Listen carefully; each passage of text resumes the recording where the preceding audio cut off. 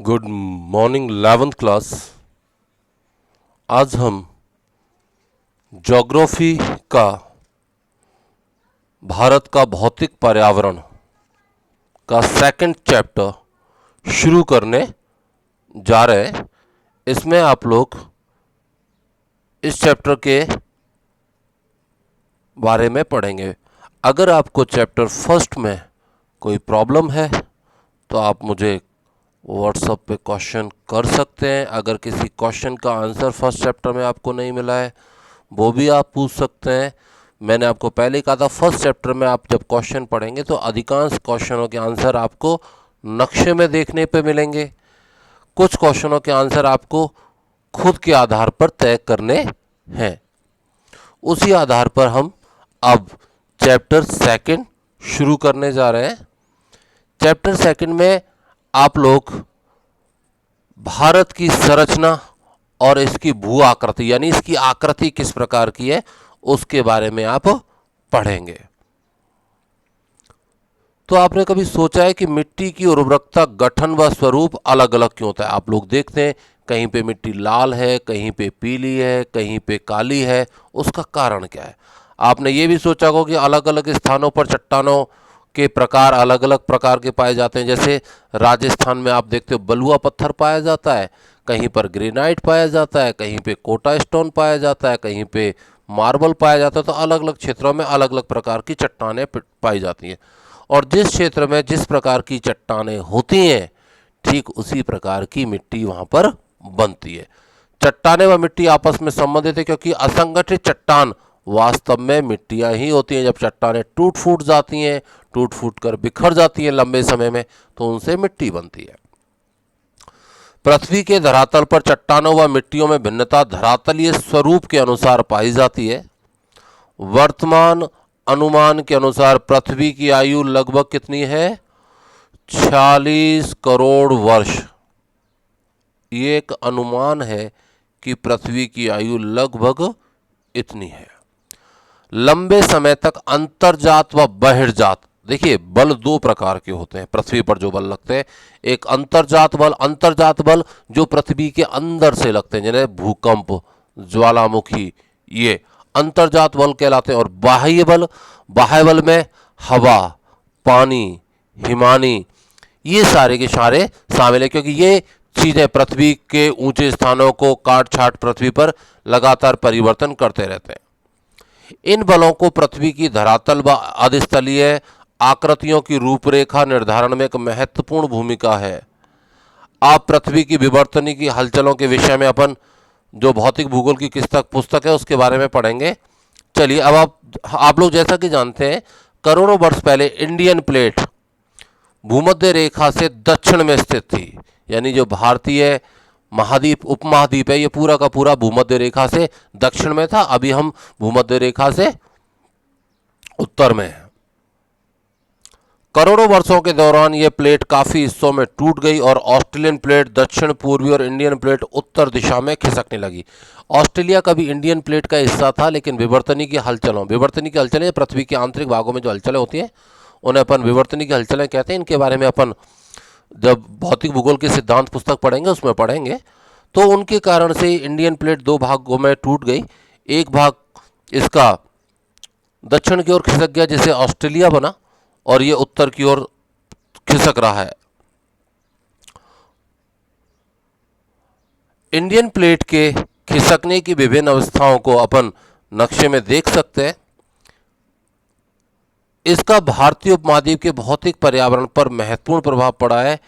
Indian plate के उत्तर में खिसकने के परिणामों को अपन अनुमान लगा सकते हैं। जैसे जैसे हम उत्तर की ओर खिसकते जा रहे हैं हमारा जलवायु, हम एक कटिबंध से दूसरे कटिबंध में परिवर्तित होते जा रहे हैं।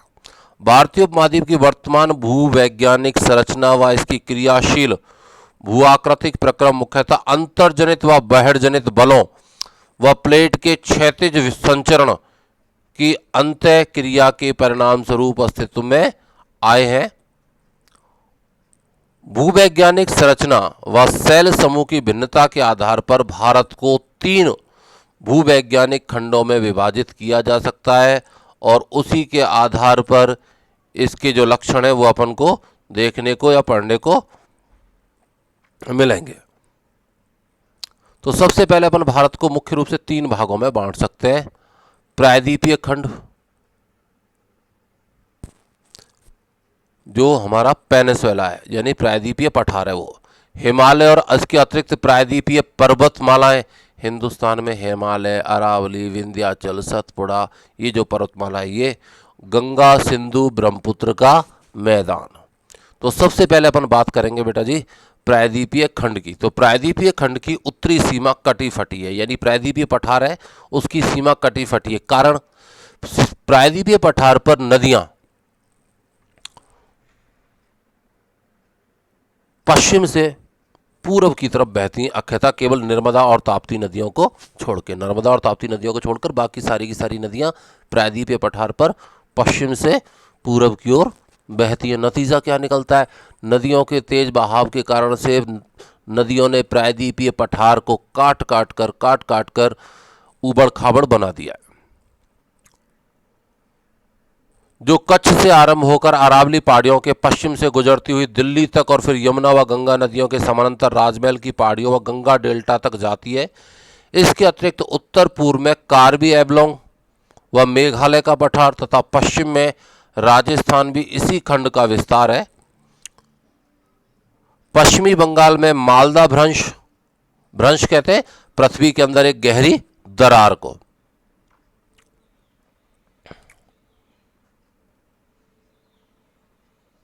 उत्तर पूर्वी भाग में स्थित मेघालय व कार्बी एंगलोंग के पठार को छोटा नागपुर के पठार से अलग करता है। राजस्थान में प्रायद्वीपीय खंड मरुस्थल सदृश यानी मरुस्थल के अनुसार स्थलाकृतियों से ढका हुआ है। प्रायद्वीपीय मुख्यतः प्राचीन नाइस व ग्रेनाइट चट्टानों के नाम है से बना है। कैम्ब्रियन काल, देखिए पृथ्वी की उत्पत्ति से लेकर अब तक के काल को भूगोल में अलग अलग कालखंडों में बांटा है, ये उन्हीं के नाम है। तो कैम्ब्रियन कल्प से एक भूखंड एक कठोर खंड के रूप में खड़ा है। अपवाद स्वरूप पश्चिमी तट समुद्र में डूबा होने से इसके कुछ हिस्से विवर्तन की क्रियाओं से परिवर्तित होने के उपरांत भी इस भूखंड के वास्तविक आधार तल पर प्रभाव नहीं पड़ता। इंडो ऑस्ट्रेलियन प्लेट का हिस्सा होने के कारण ऊर्ध्वाधर हलचलों व खंड भ्रंश से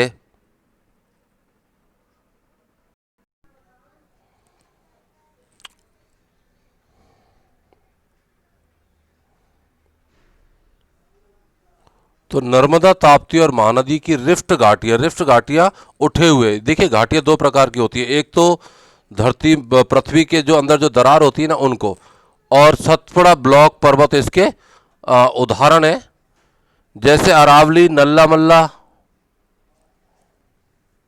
की पहाड़ियां, जावदा, बालीकोंडा, पालकोंडा श्रेणी और महेंद्रगिरी आदि यहाँ की नदी घाटियां उथली और उनका प्रवणता कम है। पूर्व की ओर बहने वाली अधिकांश नदियां बंगाल की खाड़ी में गिरने से पहले डेल्टा का निर्माण करती हैं। महानदी, गोदावरी और कृष्णा द्वारा निर्मित डेल्टा इसके उदाहरण है। हिमालय और अन्य अतिरिक्त प्रायद्वीपीय पर्वतमाला, कठोर एवं स्थिर प्रायद्वीपीय खंड के विपरीत हिमालय अतिरिक्त पर्वतपदीय पर्वतमालाओं को भूवैज्ञानिक संरचना तरुण, दुबले और लचीले हैं। ये पर्वत वर्तमान में भी बाह्यजनिक और अंतर्जनित बलों की अंतरक्रिया के प्रभाव से इनके परिणाम स्वरूप इनमें बलन, भ्रंश और छेद बनते हैं। इन पर्वतों की उत्पत्ति विवर्तनी की हलचलों से जुड़ी हुई है। तेज बहाव वाली नदियों से अपर्दित ये पर्वत अभी भी युवावस्था में गॉर्ज, वी आकार की घाटियां, छिप्रिकाएं, जलप्रपात इत्यादि का यह निर्माण करती हैं। गंगा, सिंधु और ब्रह्मपुत्र का मैदान, भारत का तृतीय भूवैज्ञानिक खंड सिंधु और ब्रह्मपुत्र नदियों का मैदान है।